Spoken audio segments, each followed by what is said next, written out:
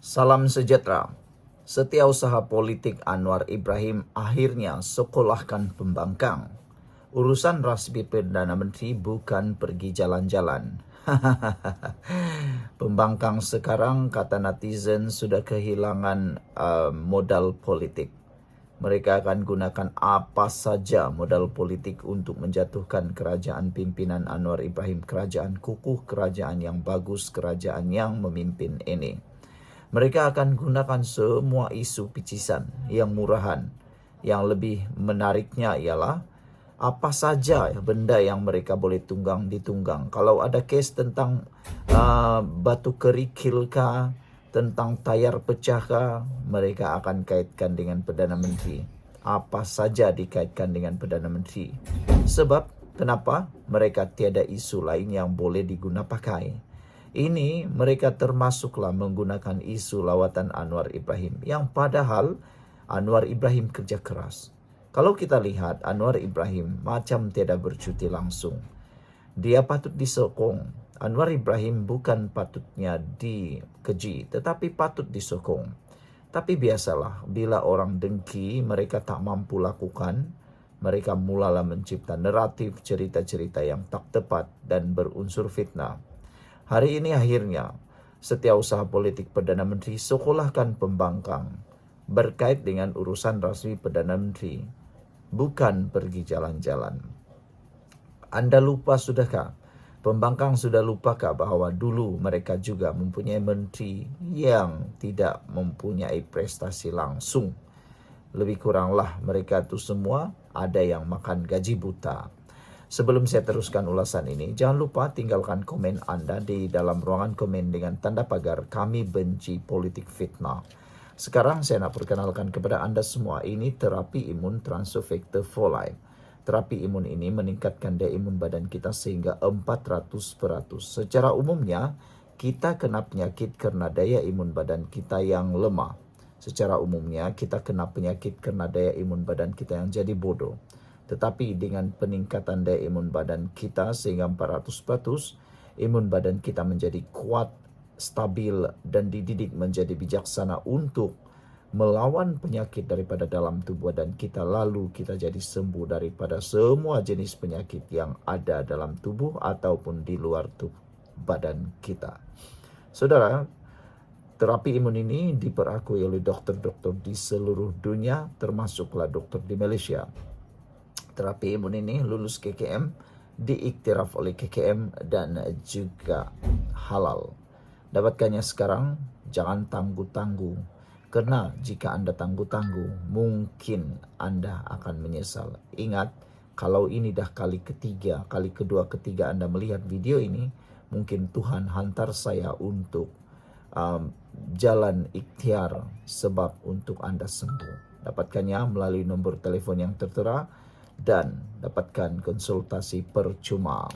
Baiklah saudara-saudara sekalian, setiausaha politik kepada Perdana Menteri Anwar Ibrahim, Farhan Fauzi, menyanggah dakwaan segelintir ahli parlimen pembangkang yang mendakwa lawatan kerja rasmi Datuk Seri Anwar Ibrahim hanya jalan-jalan.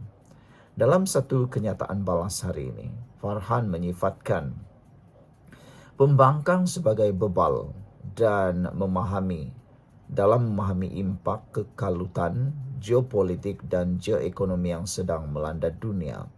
Faktanya, setiap lawatan rasmi Perdana Menteri mendakwa agenda besar kepada negara. Ini bukan suka-suka jalan-jalan. Ini diplomasi ekonomi dan geopolitik yang proaktif dan berpandangan jauh. Jelasnya dalam satu hantaran di Facebook.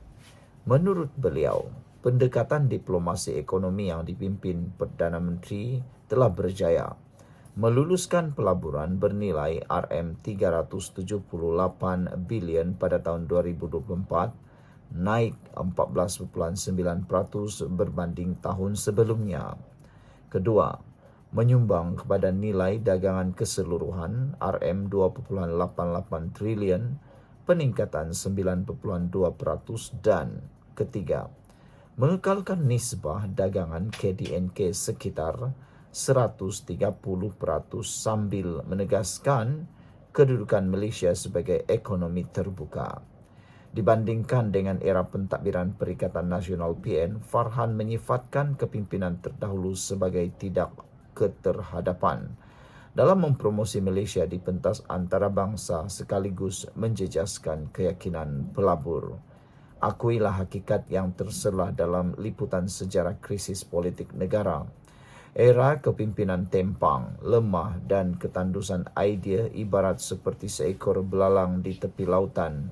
Itu sudah lama berlalu sejak kerajaan Madani memandu negara kita. Mereka perlu mengakui bahawa mereka lemah dalam kepimpinan satu ketika dahulu. Di bawah kepimpinan Madani, dunia kembali memandang Malaysia sebagai rakan yang berprinsip, stabil dan berpotensi, tegasnya. Pada masa sama, beliau menasihatkan pembangkang atau tokoh-tokoh berminda kecil untuk memahami dan mengenali rakyat dengan lebih baik kerana rakyat tidak berminda seperti mereka. Sekian dulu untuk kali ini. Jangan lupa tinggalkan komen anda, tekan butang subscribe. Bye-bye. Salam sejahtera, terima kasih kerana bersama dengan saya di Nazilin Unity Channel. Ini satu pendedahan paling menarik yang patut anda dengar. Anwar Ibrahim dikecam gara-gara kerja keras beliau. Yang hairannya, apabila Perdana Menteri kerja keras bergerak ke sana sini mencari pelabur dan juga untuk memperjuangkan Malaysia, ramai pula orang yang marah. Yang hairan, dulu waktu mereka menjadi kerajaan 33 bulan, duduk diam-diam tak pula mereka bising. Yang itu menghairankan. Tapi kali ini, setiausaha politik Anwar Ibrahim akhirnya bersuara. Akhirnya Arif Izzuddin memberikan pendedahan menarik di dalam isu Anwar Ibrahim kerja keras. Yang agak mengecewakan ialah Anwar Ibrahim sibuk untuk mencari dana, untuk mencari pelaburan dan juga untuk memperjuangkan Malaysia. Sampai begitu kuatnya beliau bergerak ke negara-negara tertentu untuk mendapatkan pelaburan. Ada pula pihak-pihak tertentu daripada suara pembangkang yang tidak senang. Tapi akhirnya mereka kena sendiri. Arif Izzuddin mendedahkan perkara ini. Beliau nak komen sikit pasal kenyataan yang berhormat Wan Ahmad Faisal berkenan lawatan rasmi Perdana Menteri ke Perancis dan Itali. Tuduhan-tuduhan yang dilemparkan oleh Wan Ahmad Faisal agak melampau, penuh prasangka dan jelas ada agenda politik sempit. Jadi kita jawab satu-satu berdasarkan fakta, bukan sekadar sembang penuh jargon, nak nampak pandai dan cari undi. Sebelum kita teruskan ulasan kali ini, jangan lupa tinggalkan komen anda. Dan ini, Transfer Factor for Life, terapi imun yang meningkatkan daya imun badan kita sehingga 400%. Secara umum dan ringkasnya, kita kena penyakit kerana daya imun badan kita yang lemah dan bodoh. Apabila daya imun badan kita menjadi lemah, kita susah untuk sembuh daripada penyakit, mudah kena penyakit dan kita mungkin akan dihinggapi penyakit. Dan apabila imun badan kita jadi bodoh, maka badan kita menyerang kita sendiri. Tetapi dengan peningkatan daya imun badan dan melalui terapi imun ini, ia mendidik imun badan kita menjadi bijaksana supaya tidak menyerang diri kita sendiri. Dapatkan terapi imun Transfer Factor for Life ini melalui nombor telefon yang tertera. Dan produk ini diperakui oleh doktor-doktor di seluruh dunia dan juga diiktiraf serta ada sijil halal dan juga lulus KKM. Ingat, dapatkan produk ini secepat mungkin untuk kesejahteraan kesihatan anda. Baiklah, saudara-saudara sekalian, FYI, saya dah email kepada dia versi jargon, penuh istilah-istilah berat. Sebab mungkin itu saja cara dia boleh nampak, faham dan hadam. Tapi dalam media sosial ni, kita cerita santai je, kata beliau. Bahasa rakyat untuk rakyat. Dan satu lagi, untuk sembang level-level Wan Ahmad Faisal ni, Perdana Menteri tak perlu buang masa pun nak layan. Cukup di peringkat AMK saja yang jawab. Kita pun faham beza antara lawatan rasmi dan cari glamour. Apabila Wan Ahmad Faisal menyatakan rombongan besar dan membazir, ini jawapan dia. Wan Ahmad Faisal kata Perdana Menteri bahawa ramai orang konon nak tunjuk gaya bazir duit rakyat. Sebenarnya jawapannya ialah, mana-mana Perdana Menteri Malaysia pun kalau pergi lawatan rasmi ke luar negara, memang biasa mereka akan bawa pegawai dari pelbagai kementerian, contohnya daripada MITI, Wisma Putra, MOED dan sebagainya. Bukan pergi jalan-jalan, tapi bincang isu besar macam pelaburan, keselamatan dan ekonomi. Nak jumpa Presiden Macron, Perdana Menteri Itali, CEO Airbus, pelabur-pelabur besar, takkan nak pergi macam rombongan Mak Cik Kia. Nombor 2. Persoalan kononnya jadi negarawan global, ini jawapan dia. Perdana Menteri berlagak, kononnya macam pemimpin dunia, tapi tak ada hasil. Faktanya, Malaysia sekarang tengah ambil semula peranan penting di rantau ini selepas bertahun-tahun politik kelang kabut dalam negara kita. Yang paling penting dikelangkabutkan oleh langkah Sheraton yang turut dianggotai oleh jargon ataupun Wan Ahmad Faisal. Itu dia lupa. Siapa yang rosakkan, siapa yang membaiki. Lain yang rosakkan, lain yang membaiki. Mereka yang rosakkan, Anwar pula yang terpaksa berhempas pulas membaiki perkara tersebut. Bila Perdana Menteri berucap kat Universiti Sorbonne, dia bukan sembang kosong. Dia sentuh pasal hubungan ASEAN-EU, Islam progresif, global, geopolitik global, benda-benda yang berat dan penting. Kalau pembangkang rasa panas hati tengok Perdana Menteri diberi pentas antarabangsa, mungkin sebab mereka tak ada tokoh yang boleh buat benda yang sama. Ketiga, dakwaan berat kononnya sarahan tu sewa dewan, ini jawapan dia. Universiti tak jemput, Perdana Menteri sewa dewan sendiri, konon dakwa daripada pemimpin pembangkang ini. Faktanya, dalam dunia universiti, guna dewan universiti melalui kerjasama kedutaan itu perkara biasa. Bukan Malaysia je buat. Negara macam Amerika Syarikat, Jepun, Qatar pun pernah guna tempat sama.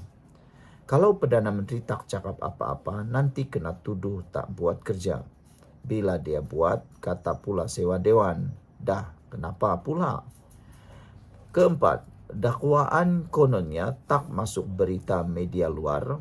Ini jawapan yang Wan Ahmad Faisal perlu tahu.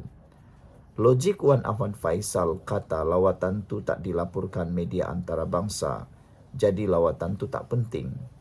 Faktanya saudara-saudara sekalian ialah media luar antarabangsa hanya lapor benda yang kena mengena dengan negara depa. Tapi sebenarnya banyak media industri macam Bloomberg, Reuters dah lapor pasar perjanjian dengan Airbus. Kerajaan lebih pentingkan hasil jangka panjang, bukan nak kejar viral semata-mata. Itu faktanya. Kelima, Malaysia rugi, Perancis untung. Itulah kononnya yang dinyatakan oleh Wan Ahmad Faisal. Menjawab kepada sembang kosong itu, ini jawapan dia. Malaysia kononnya beli kapal terbang, Perancis yang untung. Faktanya, pembelian Airbus datang sekali dengan pemindahan teknologi, latihan juru terbang, penyelenggaraan dan banyak lagi manfaat kepada industri aeroangkasa tempatan. Ini bukan beli kapal tanpa radar atau ventilator rosak macam zaman dulu. Itu saudara-saudara sekalian. Keenam, dakwaan berat kononnya tak ada pelaburan masuk. Ini pun pembohongan dan dakwaan yang betul-betul tidak bermanfaat.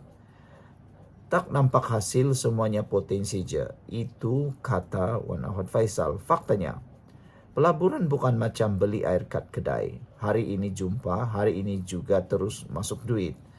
Proses dia panjang, kena ada rundingan, kajian teknikal, keyakinan antara dua pihak. Jumpa syarikat-syarikat besar Prancis dan Itali, semuanya permulaan yang penting. Ketujuh, dakwaan Ahmad Faisal kononnya gagal komunikasi, juga dakwaan yang berat dan tidak betul sama sekali. Wan Ahmad Faisal kata tak ada impak komunikasi, tak sampai kepada rakyat. Faktanya, kerajaan memang ada salur maklumat, video rasminya, kenyataan media dan laporan. Tapi kita tak guna pendekatan viral kosong. Yang penting maklumat itu tepat dan boleh dipercayai, bukan sekadar nak trending macam post Wan Ahmad Faisal pasal blog BlackRock dulu tu. Ke-8, lawatan rasmi ke lawatan peribadi. Itu persoalan yang juga berunsur fitnah. Perdana Menteri pergi sebab nak siu sendiri ke? Itu soalan yang memang tak logik akal. Faktanya, Perdana Menteri dijemput secara rasmi oleh Perdana Menteri atau oleh Presiden Macron dan Perdana Menteri Itali. Semua perjumpaan pun di tempat rasmi. Kalau ini lawatan peribadi, takkan pemimpin Eropah layan macam ni.